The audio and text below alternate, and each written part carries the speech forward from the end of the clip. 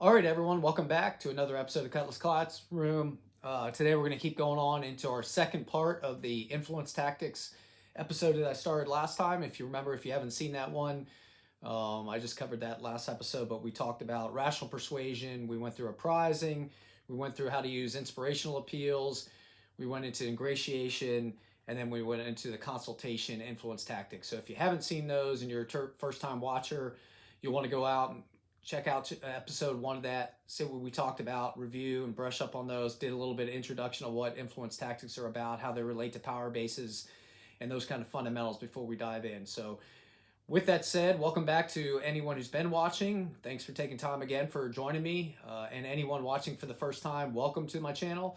And as always, like most will say, check it out and hit that subscribe bell, get the notifications, and it'll keep you informed of what we're doing. And check out some of the other videos that I've developed so far. And as always, appreciate your comments, good and bad. Thumbs up, thumbs down, either way I'm good, but just give me good feedback and I'll adjust it as we go through these and I produce more videos. So, all right, if you're ready, let's get into the next 5. All right, so the next one that we're going to get into, number 6, is going to be called an exchange tactic. So this one you see frequently. It's basically a this or that kind of exchange approach, and it's really the art of negotiation that you're getting to at this point. So I may need to influence someone. I've tried again. Let's go back to what I talked about at the beginning. You start with number 1. You start with rational persuasion. You start working through these different influence tactics. So I try to influence with a rational persuasion tactic. I watch the response, see if they're going to change their behavior and do what I need them or what I want them to do. Great. If they do, great. If not, let me try another one. Or perhaps I'm blending a couple of them together and I'm just seeing if I get a good response. And it all comes down to knowing your people and really what motivates them. And I'm going to get into that at the end when I talk about some of the guidelines for using these influence tactics. But this art of negotiation is important. So this is where you're making trade-offs, right? You want to get something done, right? Maybe you got a little bit of a resistant target here. They're not really buying into you personally. They're not buying into the other forms of influence that you've been using. So now you're in a position where, and maybe they're a peer, right? Or someone who has more power, authority than you. You want answers? I think I'm entitled to. You want answers? I want the truth! You can't handle the truth! Because typically you're not going to negotiate per se with your subordinates in this way, but this is when you've got people that have equal but different resources that you need to influence to help you get things done. So in the Navy, in the chief's mess, this is a tactic I would use. So some of this is going to be with your people. You could use a this for that, kind of do something for me now in exchange for something later. So I've had to use this running a division or as a command master chief where, hey, we need to really work hard to get certified or trained in this certain event, or I need to get this maintenance item done or a corrective repair that needs to get done. And I know we're going to have to work late outside normal working hours.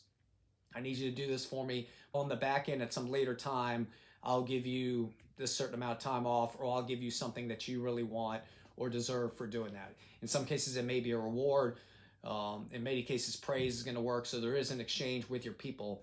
But when you're going to look at your peers and leading across or up, this just may be the exchange of something that you have for something that they need. Okay, so it might be, hey, if you help me out with this kind of thing, I'll get you on the back end at some other time. And that may be an open-ended offer. It may be a closed-ended offer, but that's something you'll negotiate with the person. And as you can see, when you get up into higher levels, you get into politics and things like that, as we'll talk about, you can get into coalitions with other people and start negotiating combined bargaining power. So these are things like unions use this tactic, right, against corporations and certain trade leadership and things like that. So that's what that one's about, and you should be pretty familiar with what an exchange tactic is, but just be willing and open to use it when you need to. All right, number 7. 7 is going to be called personal appeals. So this is when, literally like it says, you're going to appeal to the personal relationship that you've developed with a person. Perhaps it's a professional acquaintance or relationship professionally that you have with someone. Perhaps it's a friendship with someone, but you're really going to appeal to someone's sense of loyalty, and that's what you're going to appeal to. So it doesn't have to just be a personal relationship. It could be appealing to their professionalism and their sense of loyalty to the organization or what they should be doing as a professional. So when leading your team, you might appeal to them to do things right because it's in the best interest of the team and the command, or it aligns with our core values, or it's something that we all professionally should believe about, right? Those kind of things. Or a personal appeal could be, again, when you're leading across or going to someone, a peer or someone in your network, it's like, hey, I really need your help. I've known you for a long time. Could you do A, B, or C for me? And then you probably couple this with an exchange tactic, and in return, I'll do this for you. You're going to probably blend some rational persuasion and explain the nature of your request, why you're requesting this, and why you need to do these kind of things. And it's definitely going to have probably a little bit of inspirational appeal that's blended into it. So as you can see, again, you usually, when you're going to start using your influence tactics, you're not just going to pick one and then just go down the line. You're going to just naturally start to bring other ones in. And again, I'll talk at the end of this episode about just developing your own style with these influence tactics. But I just want to introduce you to the 10, what they're about, and get you thinking about how well you use them, and do you use all these influence tactics that you've got available. All right, number 8. Now we get into collaboration and coalition tactics. So again, this is where you're going to reach into that connection power base, right? This is your reach getting expanded through other people. So through your networks and your connections with other people, and I did a YouTube video on this, and I've done podcast episodes on this. This is where you're really going to tap into the expanded power bases that you get through the connections with other people. So because your relationships to other people, they have different experiences, they have different expertise, they have access to different resources and information. So you can see, if you go down your power base list, the relationships with these people actually become a force multiplier for you and your power bases. So through the relationships with people, they know more, so you know more, right? Or at least you can seek help and get answers that you may not necessarily know, or you can learn insider trade, or you can learn insider tips and things like that, not insider trading. But in the worst case, that's what people use this kind of thing. But we're always focused on the positive use of these. So you're going to leverage the experience and the resources and the reach that other people have. Again, you can use this one in a very positive way, right? And you can actually use the reach that you get and the access to information and resources to actually help you solve problems, to help perhaps solve a problem that your people have, or that your team has, or perhaps your boss has. So you use it in a positive way. But in a more pressure-based negative way, if you want to couple it with a pressure tactic, this is where I may be able to tap into, hey, I know that person you work for, or I know your dad, so I'm going to make that phone call, and I know he'd be so disappointed in you. Or perhaps even more aggressively, you could say, hey, I know this person, and because of that, they have access and can take something away from you. So when you start to shift to a more pressure-based approach, you can start reaching into that coercive power base that we've talked about, and that's how you would use it towards the more negative leaning side of things. So that is how you use collaboration coalitions. Again, the foundation of this is the relationships, and then within the collaboration or the coalition, you might be making trade-offs to get those people. So you see this happen in Congress, where people will go through, if they need a number of votes, they'll have to make certain deals and trade-offs with certain individual other Congress people, senators, representatives, whatever it is, to really get them to come on side for the broader objective. So they may have to make trade-offs individually to achieve a broader goal that impacts a lot more people. So that is called collaboration/coalition. Okay. Number 9, this is going to be called a legitimating tactic. Okay. So this is when you're just going to go into the inherent authority in your position, or in procedural rules, laws, regulations, and things like that. So this is very simple. And this can be implicit or explicit. So I can just say it out loud and just go, hey, because I'm your boss, or because I'm your chief, or because I'm this, or because the procedure says, or because it's the law, you will do this thing. Okay, so you can see you're getting very assertive, and you're backing yourself up with the regulations and the authorities and the established rules that govern the code of conduct, the objectives you're after, and the standards that you really want to do. So when you need to, you can do that. Like I said, that's the explicit version. The implicit version is sometimes I don't have to say anything. So when a police officer either walks by in uniform or drives by, people tend to just adjust their behavior because they understand, that they have legitimate authority, right? So if I'm doing something wrong, if I'm speeding, if I'm breaking the law, you will adjust your behavior, or people will adjust their behavior just due to the nature of that police officer and what they perceive that his or her legitimate authority can do. Usually that would be coupled with like a pressure and a coercive tactic, and the threat of getting pulled over and a ticket or something like that. So And sometimes it might just be me standing there with my, just being there, right, as the boss. And then people know when I'm there, hey, I should be, behaving or performing to the expectations of my boss. So you'll see that. Unfortunately, sometimes you're going to come in, they'll sort of put on the one side of behavior, and then ideally when you leave, that behavior consists or subsists itself. But in many cases it won't, and they might go back to doing behaviors that aren't necessarily up to the standards that you expect. So don't be afraid to use your positional authority. And again, you don't have to be a jerk about doing it. Give me a ping, Vasily. One ping only, please. Aye, Captain.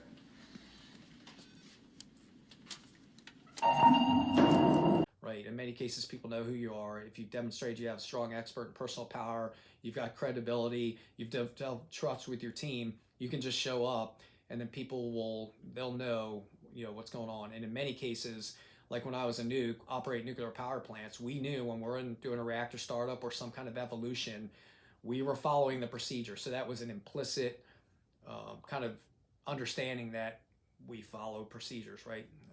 Although implicitly as supervisors, we would say, okay, let's get out the procedure, let's go through it. So that was a use of it explicitly and implicitly. And then your final pressure tactic, number 10, or your final influence tactic is number 10, and that's called a pressure tactic. And this is where you're really going to lean into that coercive power base that we've talked about in a prior episode and on prior podcasts. So this could be a range of things, right? And like I said, we're in the realm of positive leadership, so we're not going to get into crazy kind of pressure-based stuff that criminal organizations do. So just your personal presence can send a signal and put pressure on people, right? Like, oh man, someone's here, I feel compelled, right?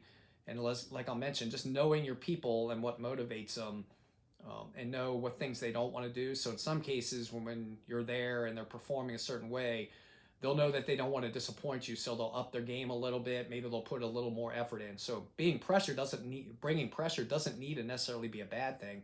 Just a personal presence can unleash that internal motivation in someone to do something to a better level of performance. You can do repeated requests, right? So you come in like, hey, I need that email.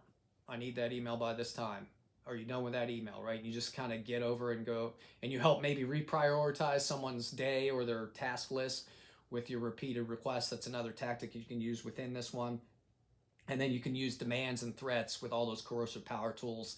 Again, go watch that YouTube episode on using your dark side basically to influence people. But that's where I got into coercive power base, knowing all the tools that you have the authority to really leverage in this way and really threaten. But it really comes down to, again, knowing your people, knowing what they value, and knowing the cost that you can impose that will have an impact, or at least the threat of imposing that cost that will get them to change their behavior. Again, you're probably getting down into more resistant influence targets at this point. You've used a variety of tactics. You've appealed to their sense of loyalty and things like that. You've tried to use, get people to come along and sit down with them, maybe two or three of you on one person going, hey, what's going on? You've done coaching, you've done performance counseling, and none of that's worked. So now you got to reach into that coercive power base and start using more pressure-based influence tactics. So those are the second group of 5. So again, I'll cue those up down in the remarks. I'll put the timestamp on there for you so you can go back and review those if you need to. But with these, there's some just general guidelines. I mentioned a little bit of this in the first episode we did, but so influence tactics can be used up, down, and across. And when I talk about leading up, down, and across, that's just the vector of influence. So when you're talking leading up, that's when I'm trying to influence my boss or supervisors, or perhaps policymakers and others outside of your normal scope of influence. When I talk leading across, I'm talking about leading and influencing my peers, right? To, again, when I'm in coalitions, when I'm in networks, perhaps I'm in the Navy, I'm in a chief's mess, I really need to influence across. And then when I talk about influencing down, I'm talking about your influence on the people that work for you. So you can use all these influence tactics in all those directions, but you're going to see pretty much all of them you can use when you're leading down and trying to influence individuals or your team. When you get into leading across and leading up, though, then you start to get into, there's some limits. Very rarely are you going to go in and probably use a legitimating tactic or a pressure tactic on your boss. you're probably not going to use that on your peers either. You're going to probably go with these other more positive or softer influence tactics, I would call them. But there are times when you would have to go to those other tactics, right? So perhaps your boss or one of your peers is doing something illegal, unethical, unsafe, immoral, and you need to influence them. You have to leverage some coercive power, right? So it could be criminal punishment or calling the police, something like that. So you can use those leading up. That gets into some pretty testy kind of stuff, and you got to really have the courage to go to those things. But I've talked about a podcast on that too, about when it's time to challenge your boss, how you can do that. So you might want to check that podcast out. So again, use them up, down, and across. You can use them all day down, but as you go up and across, just consider about how you're using them. And again, knowing your boss and knowing your peers is an important first step. So you got to also consider the attitude of your target. So like I said, there's 3 general attitudes. There's people that are all in for you, right? These are your go-getters. This is the 20% that are making things happen. Then you got your group that they're compliant, right? That's good though. They come to work, they do what you need them to do, they do what they're told, they do it to the minimum standards you need them to, and then they leave, they get their check, and they go. And the third group is your resistant group. So when you come in, you got to understand, like, all right, if I'm talking to my very committed people, I'm not going to come in and just start pressuring them. You save that, right? You go for the more inspirational appeals. You appeal to their sense of positive performance to date, ingratiation. Hey, you're doing great. Keep going. I see great potential for you. And as they get more, once you get in your compliant group, maybe then you can just start using some of the influence tactics to try to move them up into being committed, if that's one of your goals. And then ideally, any resistant people, that 10, 15% that's just working against your progress and your goals, you can work your way down that list of more influential influence or more positive influence tactics, but you'll probably find that they're not going to respond to that for whatever reason. It's your job to figure out why, and then to use the appropriate influence tactics. And then unfortunately, you may have to get down to where you're using pressure and leveraging threats on and impacts the career or job to get them to do what you need them to do. And it's not a good place to be, but you got to know how to do that. So doing all the positive stuff, I think most of us are comfortable with that, but you got to be able to move this full range of influence tactics as you go through. And then another guideline. So each of these influence tactics is enabled by your power bases. And I mentioned this earlier. So if I'm going to use rational persuasion, I better have expert power, probably backed up with some information power, and be able to develop with some level of passion and my personal power and belief coming in behind that, right? To enable that influence tactic to its full effect. Doesn't mean you can't use it, but the effect of that influence tactic is going to be based on the depth of your power base. And then, as we'll get into future discussions, the muscle of your influence is really your communication skills. And we'll talk about being able to deliver your influence using a variety of communication skills, but that's something you got to consider.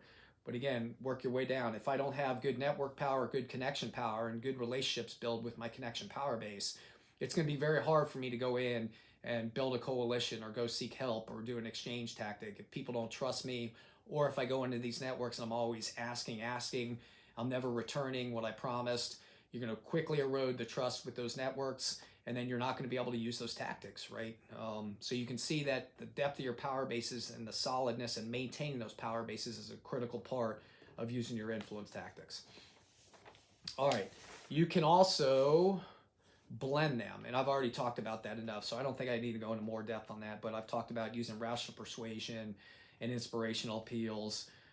I might use rational persuasion and a legitimating tactic, right? So, hey, the procedure says, or hey, as I'm your chief, or hey, I'm your boss. That would be that. I could use a coalition and a pressure tactic. Is where I get a group of people together, and like I mentioned, we can bear, as a collective group, maybe we can bear our resources together to get you to change your mind, or impose cost on you as a target to get you to change your mind. Or maybe we can strengthen our information power base to make our argument stronger than yours to get something done. Or I could combine like consultation and ingratiation kind of thing. So check that out and get used to, I'm telling you, you're doing all this stuff already. You've probably done it. You've seen people do it. I'm just putting names to a lot of things you're doing and hopefully getting you to think a little bit more about these different influence tactics. And then the final piece of advice I'll give you is just be genuine, right, with these approaches. So some of us aren't very comfortable going in like with a very firm approach to pressure, right? Or some people aren't very comfortable like just relying on positional power. Do it because I said so. But you don't have to do it like you see some other people do it, right? Watch how some people use their influence tactics. Some you're going to like how they delivered. Some you're going to watch them influence or use their positional authority in a pressure tactic, and you'll watch people respond in certain ways, and you'll go, I don't think I'm going to do it that way. I'm going to try it my own personal way. So I learned this as a young chief petty officer. I came in, I thought as a new chief, I had to kind of act differently and I had to apply my influence differently. And I just saw my people moving kind of away from me, and I didn't feel good about myself. I didn't feel good about the dynamic I was creating. So then I just went back to being Paul Kingsbury and applying these influence tactics in my own personal way. And I found that I immediately started getting positive results. I felt better about my leadership style, and then the team just got along better and everything moved on. So develop your own style, develop this art of influence, watch people you like, watch those you don't like, take what you want, throw those tactics in, practice them, and then maybe just vary, right? Maybe you see someone else doing another tactic. It's okay to experiment with it. People practice this stuff all the time, believe it or not, in mirrors and stuff, how they're going to engage on these. But just be your authentic self when you're using these influence tactics. Okay, so I think that covers it for this is part 2. Thanks again for watching. Again, chapter 2 of the Chief Petty Officer's Guide is going to be the chapter that covers it. That's the fundamentals of CPO-powered influence. All 10 of these influence tactics are covered there. I think in the next couple episodes, we're going to start getting into communication skills. That's the third component. So you've got your tools, which are your power bases. You've got the techniques of which you can use these tools. That's your influence tactics. And now we got to get into talking about how you build that muscle of influence, and that's through your communication skills. So until next time, take some time to reflect, think about what you've learned, and then go out and apply it and make a positive difference in your personal and professional life. And I'll see you in the next video.